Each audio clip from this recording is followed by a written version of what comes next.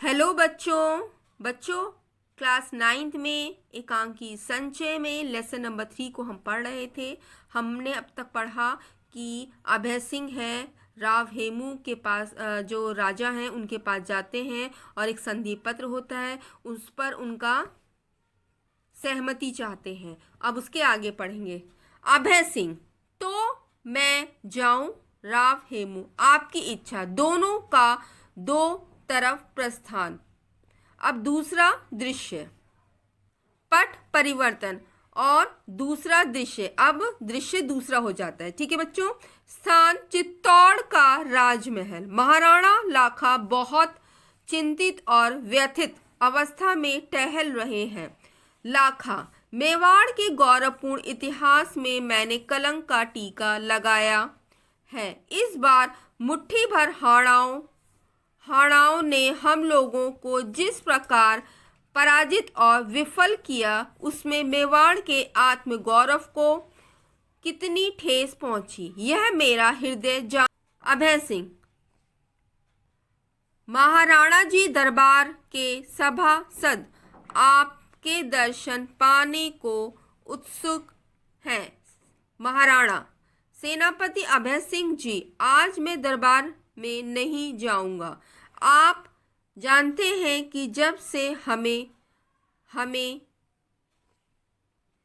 निमरा के मैदान में बूंदी के राव हेमू से पराजित होकर भागना पड़ा, मेरी आत्मा मुझे धिक्कार रही है।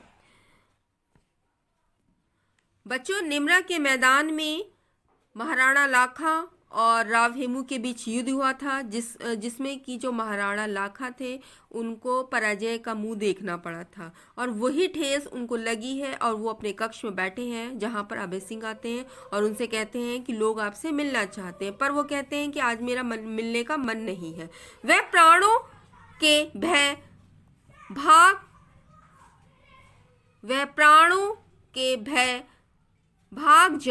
भाग जाए, यह कितने कलंक की बात है। अभय सिंह, किंतु जरा सी बात के लिए आप इतना शोक क्यों करते हैं? महाराणा, हाड़ाओं ने रात के समय अचानक हमारे शिविर होता है बच्चों, सैनिक पड़ाव या किला, जो सैनिक के रुकने का जो जगह होती है, टेंट बना के लोग रहते हैं, या फिर किला जो होता है जहाँ पे ये लोग युद्ध के दौरान रुकते हैं, उसको कहते हैं शिविर, पर आक्रमण कर दिया। आकस्मिक धावे से घबराकर हमारे सैनिक भाग खड़े हुए। आप तो तब भी प्राणों पर खेलकर राव हेमू से लोहा लेना चाहते थे। मतलब जब युद्ध हो रहा था, उन लोगों ने अचानक हमला किया था, तब भी उनके सारे सैनिक भाग गए थे, मगर जो महाराणा लाखा थे वो भी उनसे लड़ रहे थे पूरी वीरता के साथ, पूरी बहादुरी के साथ। किंतु हमें लोग आपको वहां से खींच लाए। इसमें आपका क्या अपराध है और इसमें मेवाड़ के गौरव में कमी आने का कौन सा कारण? महाराणा, जिनकी खाल मोटी होती है उनके लिए किसी भी बात में कोई भी अपयश कलंक या अपमान का कारण नहीं होता। अपयश होता मतलब बदनामी बच्चों, ठीक है। अपयश का अर्थ होता है बदनामी, कलंक या अपमान का कारण नहीं होता।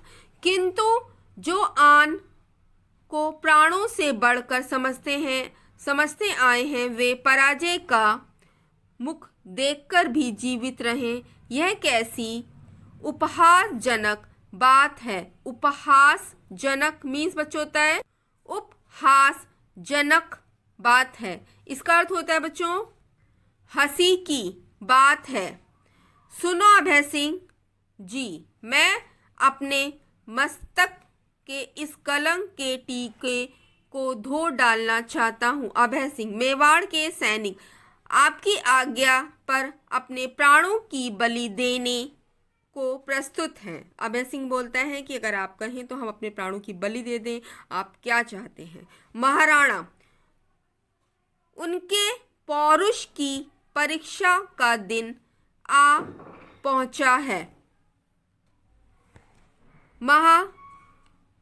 महारावल बप्पा का वंशज मैं लाखा प्रतिज्ञा करता हूँ। ये बच्चों, ये उनके वंशज थे, ठीक है।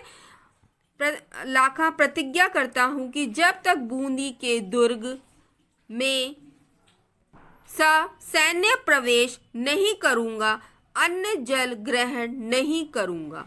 क्या प्रतिज्ञा करते हैं बच्चों महाराणा लाखा? कि जब तक वो वहाँ पे नहीं घुसेंगे तब तक वो पानी और खाना नहीं खाएंगे। अभय सिंह, प्रवेश नहीं करूँगा तब अन्न जल ग्रहण नहीं करूँगा, मतलब तब तक वो अन्न मीन्स खाना, दाना, और जल मीन्स पानी, तब तक वो नहीं पिएंगे।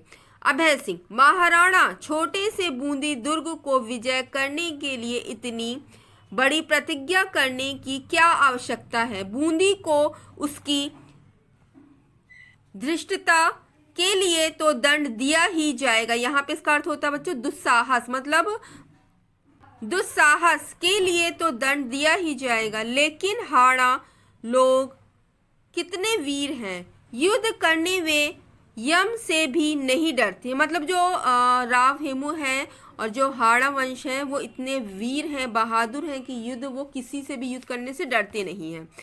युद्ध करने से वे यम से भी नहीं डरते।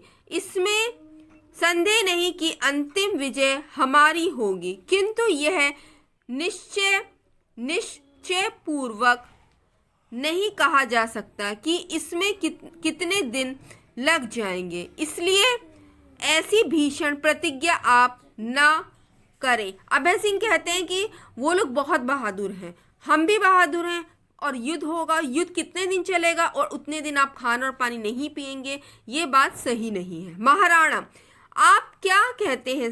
आप क्या कहते हैं सेनापति? क्या कभी आपने सुना है कि सूर्यवंश में पैदा होने वाले पुरुष ने अपनी प्रतिज्ञा को वापस लिया हो? मतलब यहाँ पे महाराणा बोल रहे हैं कि आपने सुना है कि सूर्यवंश में जो लोग पैदा होते हैं और वो कोई प्रतिज्ञा लेते हैं वो वापस ले लें, वापस लिया हो।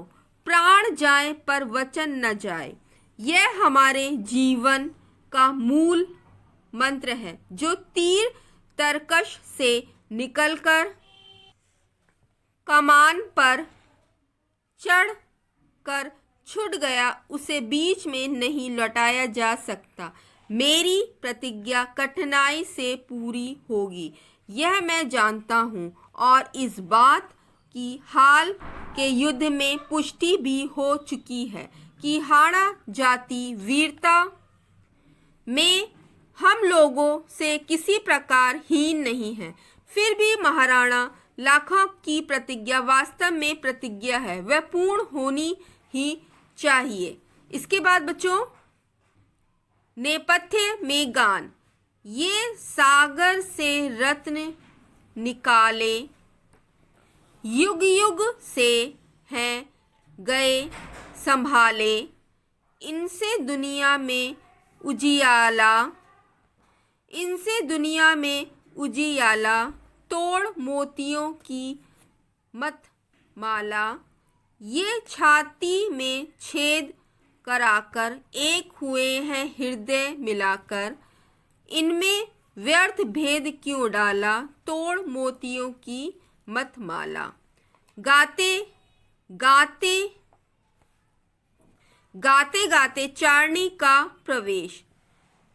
महाराणा, तुम कुछ गा रही थी चारणी, तुम संपूर्ण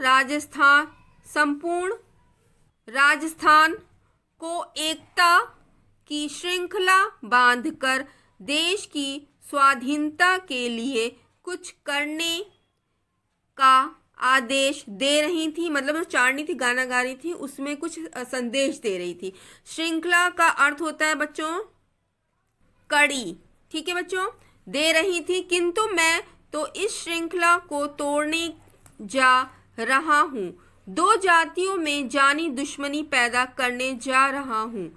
चारणी, यह आप क्या कहते हैं महाराणा? आपके विवेक पर सबको विश्वास है। मैं आपसे निवेदन करने आई हूँ कि